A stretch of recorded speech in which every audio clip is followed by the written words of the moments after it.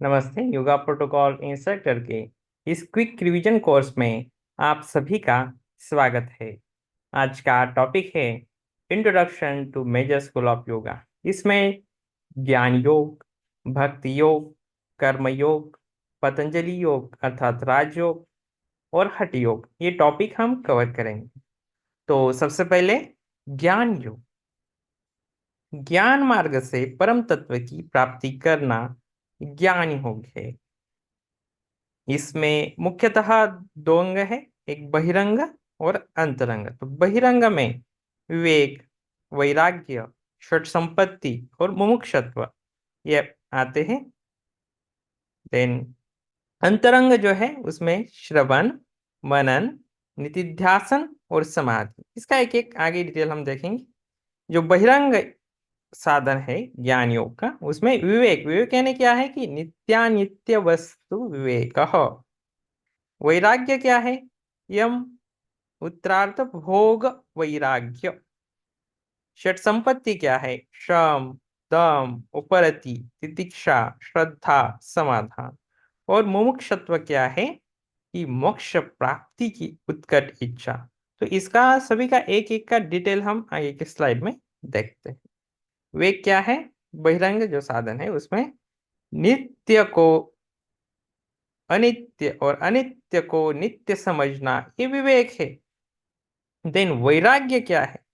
सांसारिक भोग पदार्थ विलास के जो पदार्थ है उसमें आसक्ति न रखना, उसको वैराग्य कहते हैं।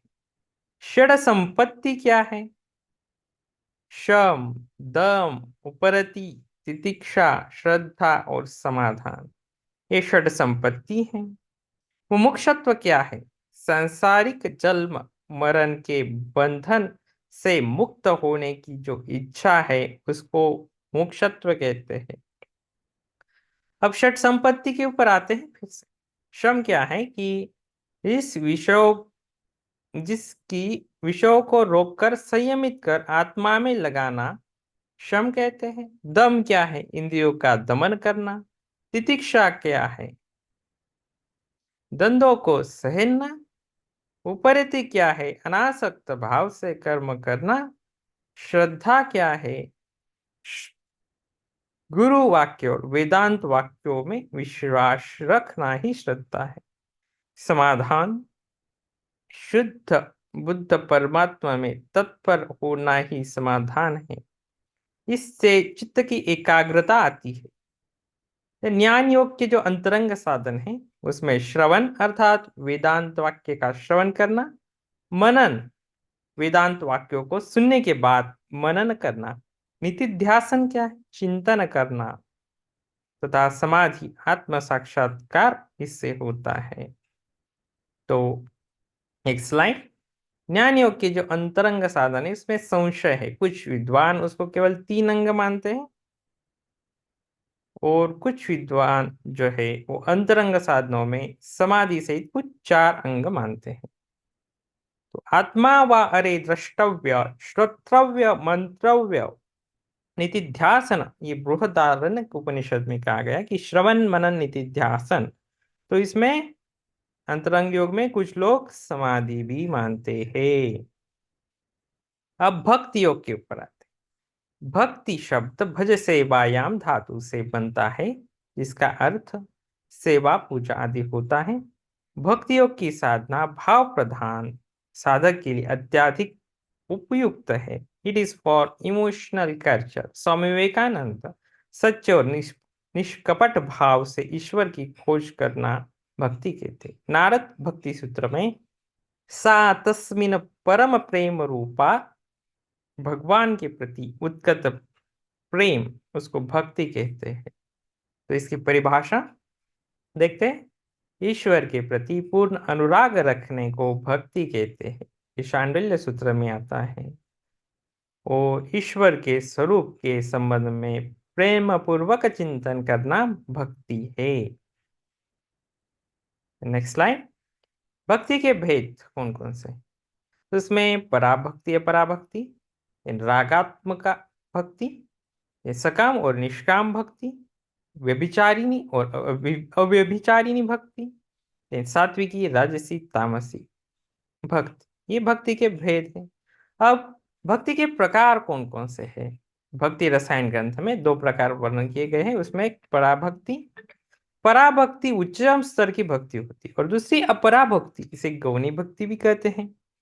यह 2 प्रकार की होती है। वैदिक भक्ति यह 9 प्रकार की, जैसे नवदा भक्ति है। रागात्मिका भक्ति, इसमें श्रवण, कीर्तन, स्मरण, पाद सेवन, अर्चन, वंदन, दास्य, सख्य और आत्मनिवेदन, इसको नवधा भक्ति कहते हैं।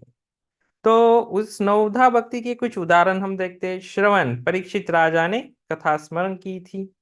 देन शुकदेव कीर्तन के लिए प्रसिद्ध है। भक्त प्रहलाद जो है वो अपने आराध्य देव नारायण को स्मरण करते थे।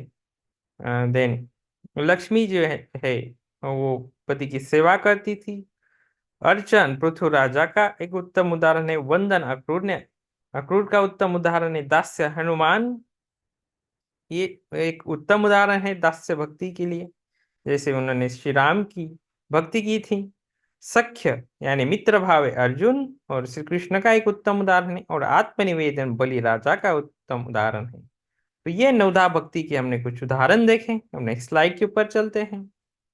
तो श्रवणम कीर्तनम विष्णु, स्मरण पाद सेवनम, अर्चनम वंदनम दास्यम, सख्य आत्मनिवेदनम, ये भागवत पुराण में ये श्लोक आता है। तो नवधा भक्ति 2 अलग अलग युगों में भिन्न भिन्न प्रकार से कथित है। सतयुग में प्रहलाद ने अपने पिता हिरण्यकशिपु को कही, और त्रेता युग में श्री राम जी ने माता शबरी को नवदा भक्ति का उपदेश दिया। तो उसमें स्मरण, कीर्तन, स्मरण, पाद सेवन, अर्चन, वंदन, दास्य, सख्य भाव और आत्मनिवेदन यही है। रामायण में जो नवदा भक्ति है उसमें अरण्य कांड में इसका उल्लेख पाया जाता है। उसमें संतों की संगति अर्थात सत्संग, श्री राम कथा में प्रेम, गुरुजनों की सेवा, निष्कपट भाव से हरि का गुणगान करना, पूर्ण विश्वास से श्री राम नाम का जप करना, इंद्रिय दमन तथा कर्मों में वैराग्य, सबको श्री राम में जानना, यथा लाभ में संतुष्टि और छल रहित सरल स्वभाव से हृदय में प्रभु का विश्वास, ये रामायण कालीन जो नवधा भक्ति है उसका वर्णन अरण्य कांड में मिलता है। भक्त के प्रकार, श्री कृष्ण ने भगवान जो गीता है उसमें 4 प्रकार के भक्तों का वर्णन किया है। उसमें आर्त, जिज्ञासु, अर्थार्थी और ज्ञानी। अर्थ कौन होते? जो शोक मुक्ति, रोग मुक्ति के लिए भगवान को पुकारने वाले होते। जिज्ञासु कौन होते? जो ब्रह्म के बारे में जानने वाले होते हैं। अर्थार्थी सुख संपत्ति चाहने वाले जो होते हैं वो अर्थार्थी होते हैं। और ज्ञानी भक्त जो होते हैं जो कुछ जानते हुए भी ईश्वर भक्ति करता है, और इस प्रकार तत्वज्ञानी भक्ति को ही श्रेष्ठ कहा गया है। और भक्ति के भाव कौन कौन से? 5 भाव माने जाते हैं। शांत भाव, दास्य भाव, सख्य भाव, माधुर्य भाव।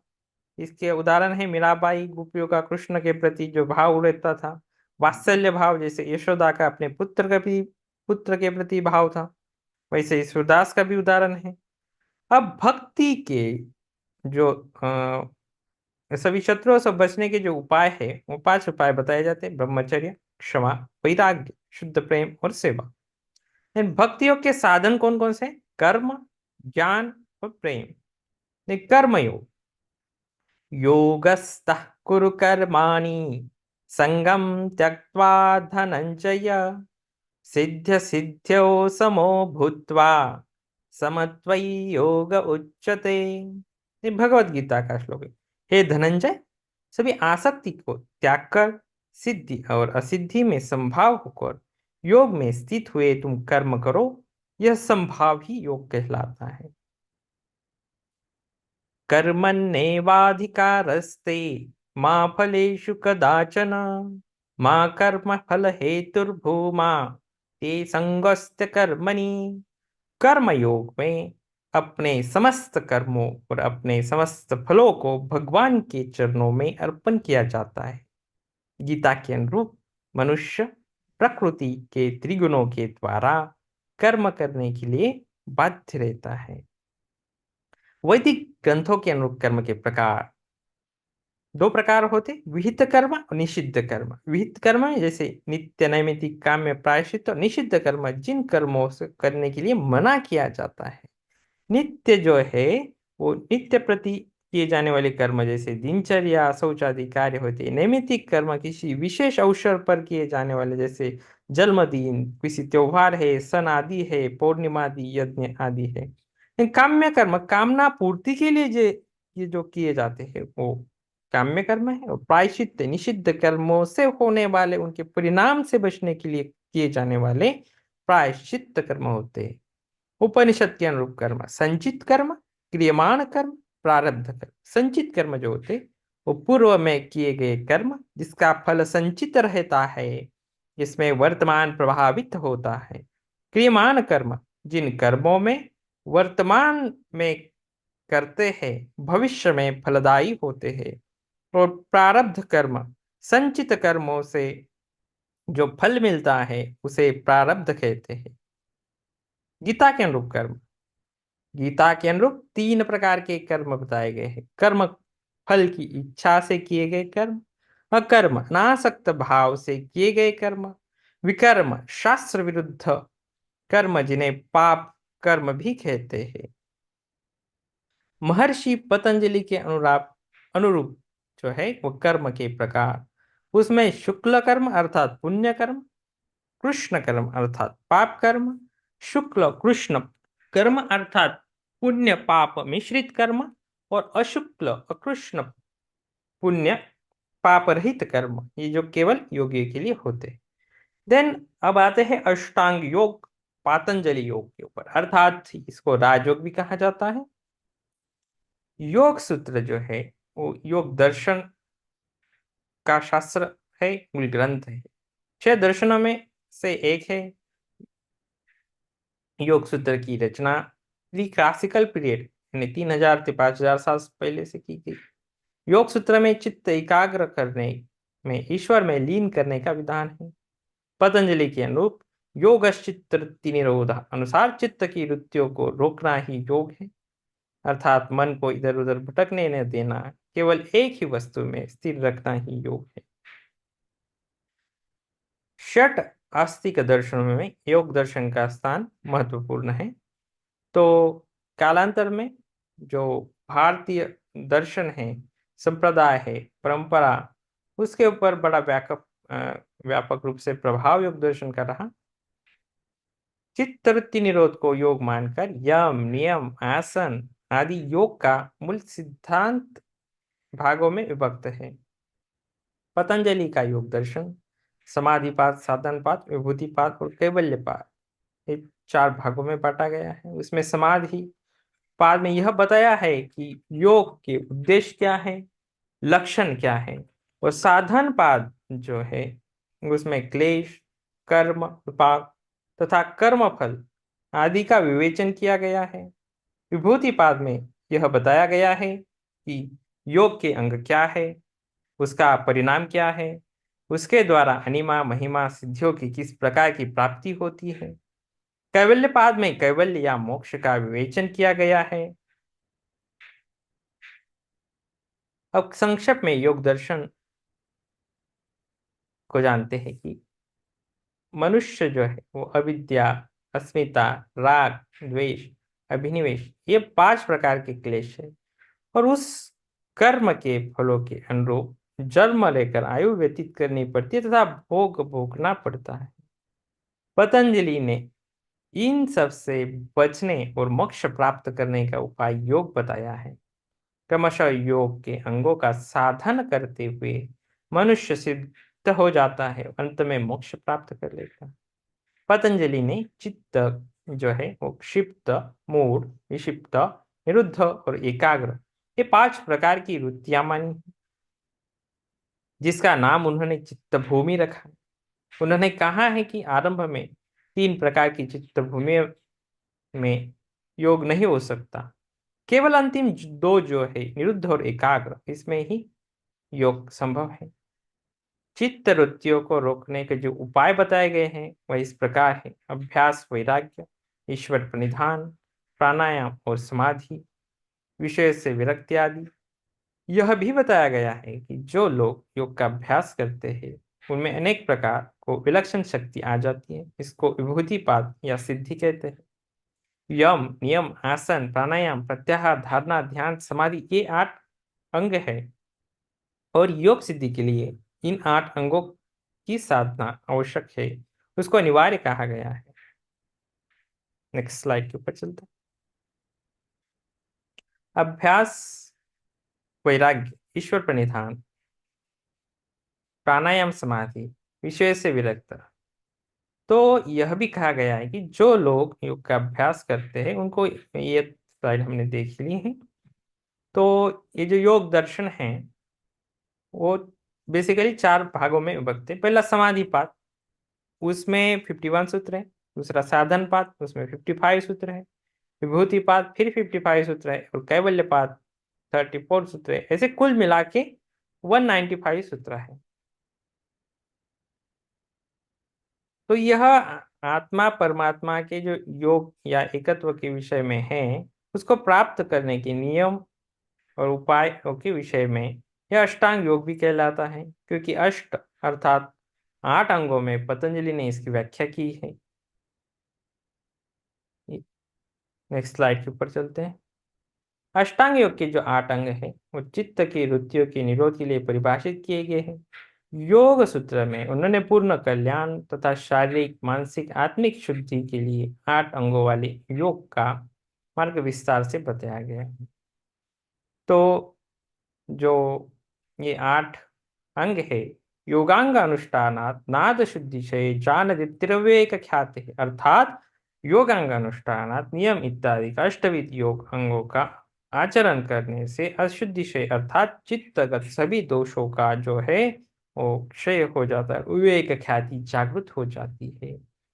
उन्होंने 4 जो सामाजिक नैतिकता के ये बताए हैं, उसमें अहिंसा, सत्य, अस्तेय, ब्रह्मचर्य, अपरिग्रह। अहिंसा यानी हिंसा न करना, सत्य अर्थात मन वचन कर्म से सत्य का पालन करना, अस्तेय यानी चोरी न करना, ब्रह्मचर्य ब्रह्म में हमेशा स्थित रहना, और अपरिग्रह जितना अपनो भौतिक जीवन गुजारने के लिए सामग्री आवश्यक है उतना ही रखना, बाकी न रखना। नियम 5 है, उसमें शौच अर्थात शुद्धता, संतोष यानी संतुष्टि, प्रसन्नता।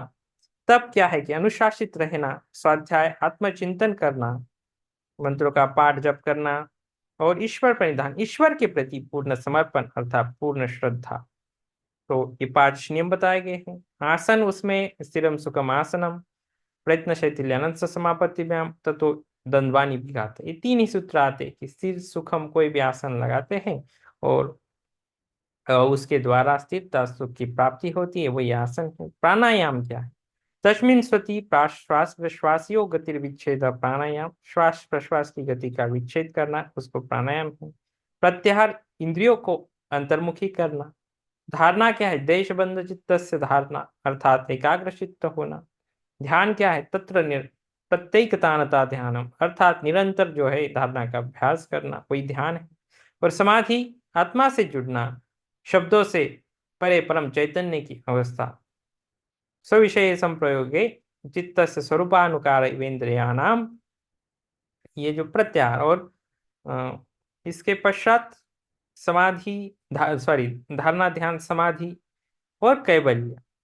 तो अब राजयोग के ऊपर आते हैं। राजयोग, ये पतंजलि योग को ही स्वामी विवेकानंद जी ने राजयोग कहा है वैसे, लेकिन जिस प्रकार आकाश में भ्रमण करता वायु लीन रहता है, उसी प्रकार मन शून्य में लीन रहता है, सो राजयोग कहते हैं।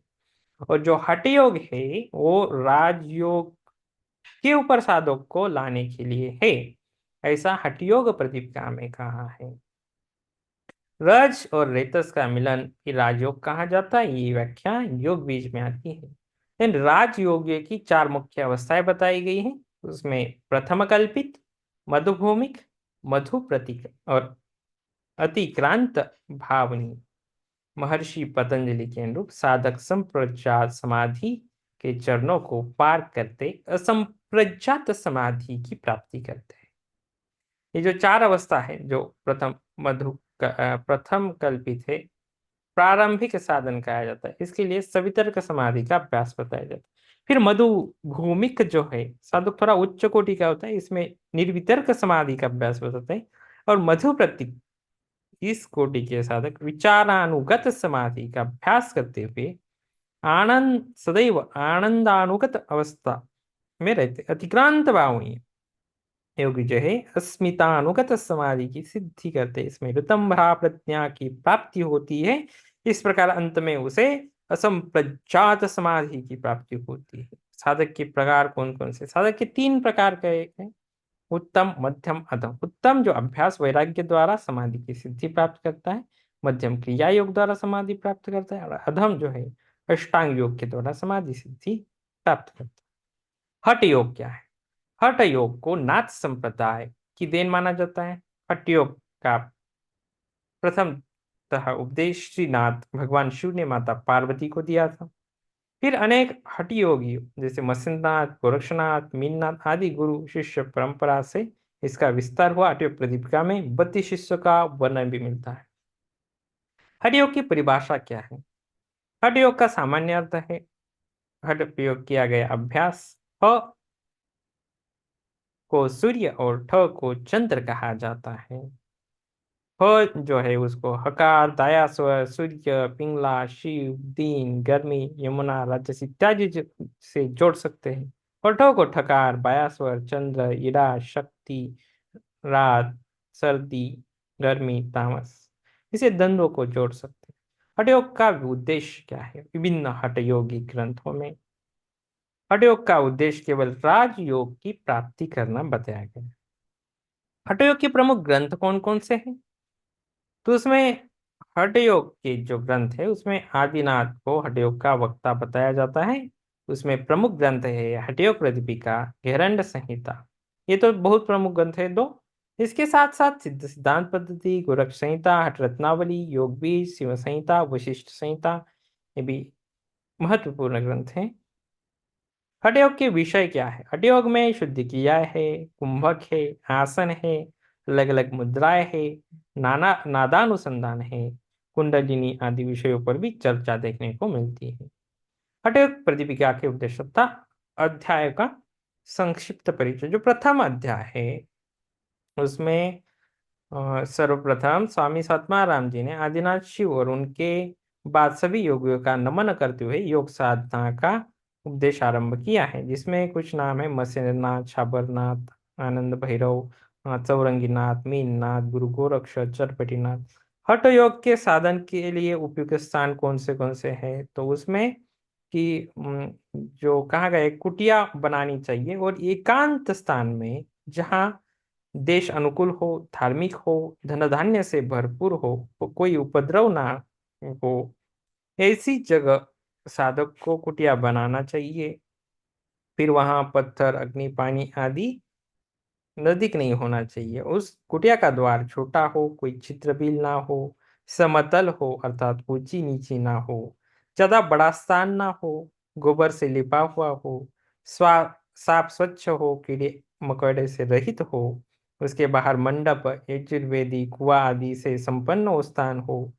तो साथ ही कुटिया के चारों तरफ दीवार बनी होनी चाहिए ताकि कोई जंगली जानवर या पशु अंदर ना आ सके। देन साधक और बाधक तत्व जो है उसका वर्णन मिलता है। तो बाधक तत्व कौन कौन से हैं? कि अत्याहार प्रयासस्य प्रजल्पो नियमागः। तो उसमें जो योग मार्ग में बाधा उत्पन्न करते उसको बाधक तत्व कहते हैं। अत्याहार मीन्स अधिक भोजन ग्रहण करना, देन प्रजल्प अर्थात अत्याधिक बोलना, देन अत्याधिक परिश्रम अर्थात नियम ग्रह अर्थात अत्याधिक आग्रह करवाना, जनसंग अर्थात बहुत लोगों के साथ संपर्क आना, और चंचलता यानी मन का अत्याधिक चंचल होना। साधक तत्व कौन से है? योग जो है उसको अच्छा सहायक होते हैं। तो उसमें है उत्साह, नहीं उत्साह, साहस, धैर्य, तत्वज्ञान, दृढ़ निश्चय और जनसंग परित्याग।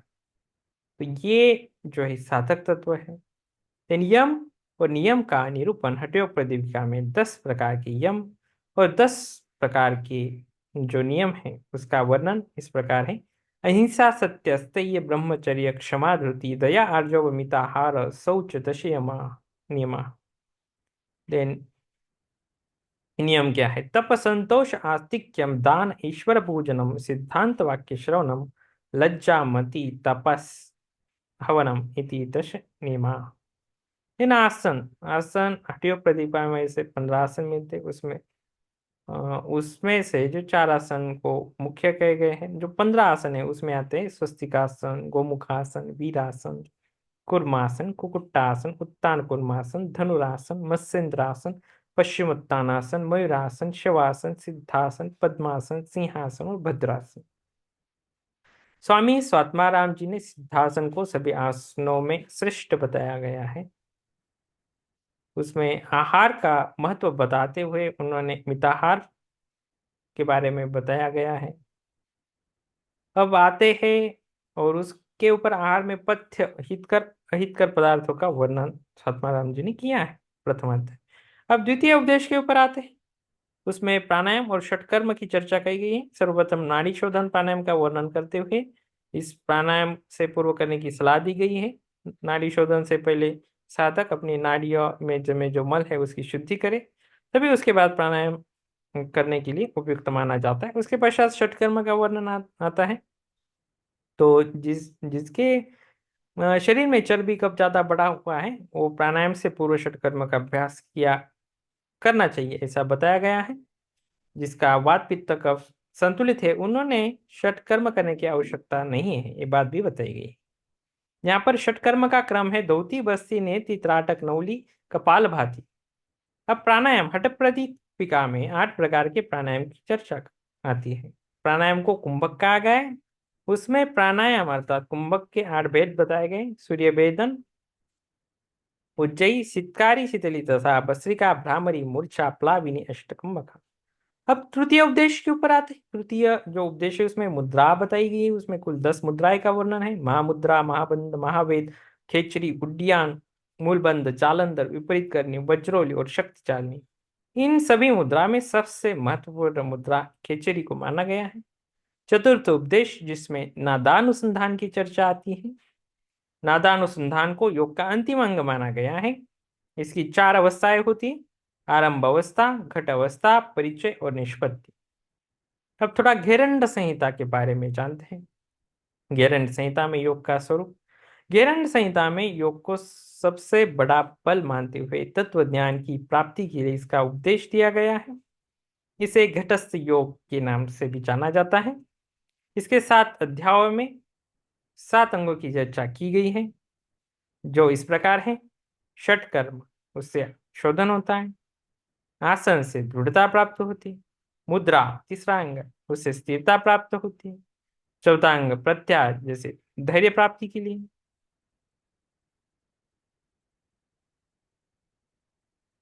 देन प्राणायाम लघुता प्राप्ति के लिए। ध्यान प्रत्यक्षीकरण के लिए, साक्षात्कार के लिए।